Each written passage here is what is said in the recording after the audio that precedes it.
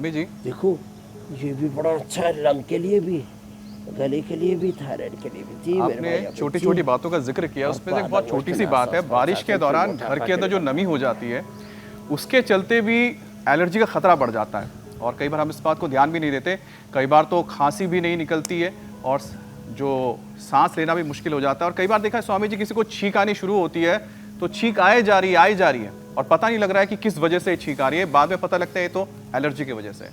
तो स्वामी जी ये कंडीशन क्या है और ऐसे हालात में हमें क्या करना चाहिए, लोग क्या करें कि ये एलर्जी से उनको ये मुक्ति देखो, मिले? घरों में जो सीलन है ना जी, घरों की 4-5 चीजें ठीक करने की जरूरत है। तो किसी की छत में, किसी की दीवारों में, किसी के तो फ्लोर में ही नमी रहती है, वो पानी नीचे से फ्लोर में आ जाता है। तो फ्लोर की नमी, दीवारों की नमी, छत की नमी, फिर घर में बेडशीट से लेकर के, पर्दों से लेकर के, कोई भी छोटा मोटा कालीन है या जो कपड़े भी है, जो गद्दे हैं, तकिए हैं, उनके अंदर भी बैक्टीरिया, वायरस, फंगस और उनकी जो नमी है वो इसको और बढ़ा देती है। और घरों में गोनाइल की जगह लोग फिनाइल ज़्यादा प्रयोग कर रहे हैं, फिनाइल छोड़ो गोनाइल अपनाएं।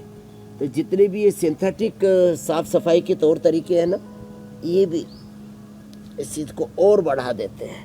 तो जो कर सके वो तो ये सर्वांगासन, हलासन भी पूरा करने ना, बाकी तो अर्धहलासन, पादवृत्तासन रोज़ थोड़ा थोड़ा हम करवा ही देते हैं।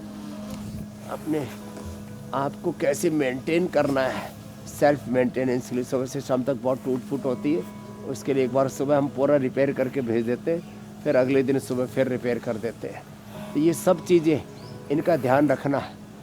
अर्थात फिर घरों में नमी आए तो क्या करें, तो फिर कहीं से यदि पानी की लीकेज है तो उसको ठीक करें। कई जगह की तो ईंटें ही ठीक नहीं होती, कई जगह घरों का प्लास्टर ही ठीक नहीं होता है, तो आपको प्लास्टर भी तोड़वा करके जो है दोबारा कराना पड़े। तो अब तो जीएसटी कम कर दिया है मोदी साहब ने, अब अगले महीने से आपकी सेविंग होनी शुरू हो जाएगी। तो थोड़ा सा पैसा खर्च कीजिए, दोबारा प्लास्टर कराना पड़े तो कीजिए। अपने घर के फ्लोर को क्लीन रखिए, अपने घर के गद्दे, तकिए, पर्दे, इनको क्लीन रखिए। और अपने घर का, जैसे मैंने कहा ना, मसाला, अपने तेल, अपना अनाज, इसको थोड़ा बदलिए, अपनी थोड़ी आदतें बदलिए, योगाभ्यास को अपने आदतों में शुमार कीजिए।